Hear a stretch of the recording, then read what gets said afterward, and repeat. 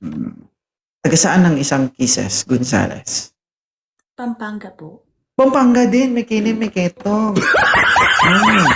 Tayo konsyal. Oo. Malago, Kenny. Manyaman. Na. Ilan taon ka na, Kisses? 28. Parang, huwag mo sabihin, konsihal ka rin. Mamaya mo, aakyat dito, kapitan na. May anak po ba si Kisses? Meron po. Ilan? Dalawa. Isa tapos dalawa? Dalawa. So, ibig sabihin, you're single mom. Mm. Ilan taon ka na walang karelasyon? Bali, 2 years. 2 years, 28 years old, may dalawang anak. Saan banda sa Pampanga? Angeles. Uy, napunta ako dyan. Saan? Sa Red Street. Sa Bilbit. Aray ko. Alam mo yung Bilbit? Velvet, hindi. Ay, hindi.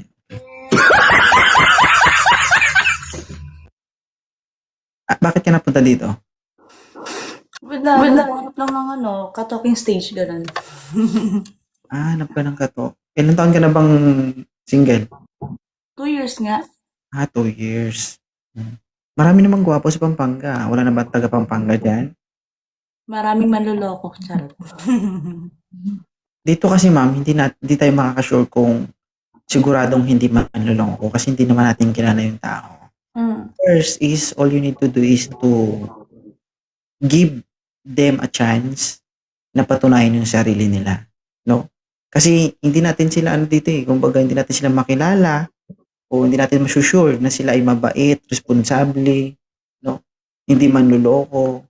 Maliban na lang kung mag-usap kayo at magsama kayo.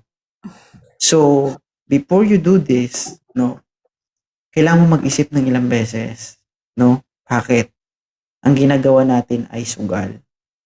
Kasi isang pagkakamali lang natin, maging 3 na naman yung anak natin. Ano height ni Ma'am Gonzales?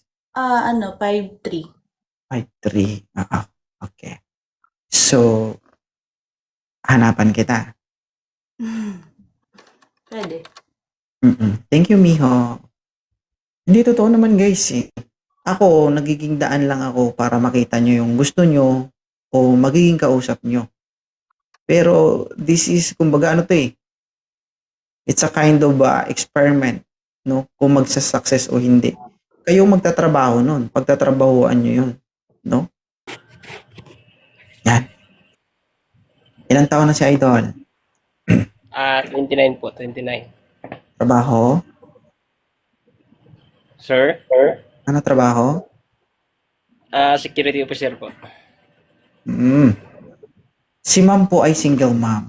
May 2 anak. Ibig sabihin, 2 beses pumutok yung abdo. Ma'am, atras ka doon, ma'am, ha? Madaganan mo si sir, ma'am. Mahimatay yan. Okay lang ba sa'yo, ma'am, si Sir Basurero? Medyo parang gusto ko kasi yung mga 30 up na 35, 30 to 35, ganun. Tsaka yung Bakit? medyo 30 to 35. Tapos, naman, syempre yung gwapo, syempre, yung medyo kamatch ko, ganun. So, pangit siya. Hindi naman. Tulo ko. Pangit ka daw, sir. Sir, pangit ka daw. Wala po akong sinasabi.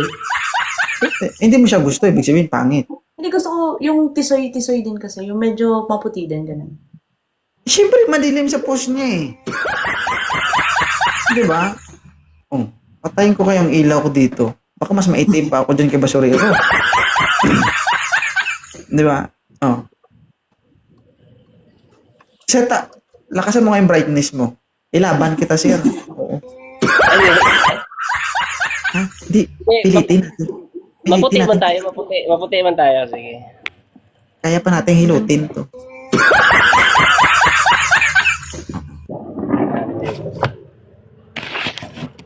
Hindi nagpipilter yan, ha? Hindi nagpipilter yan.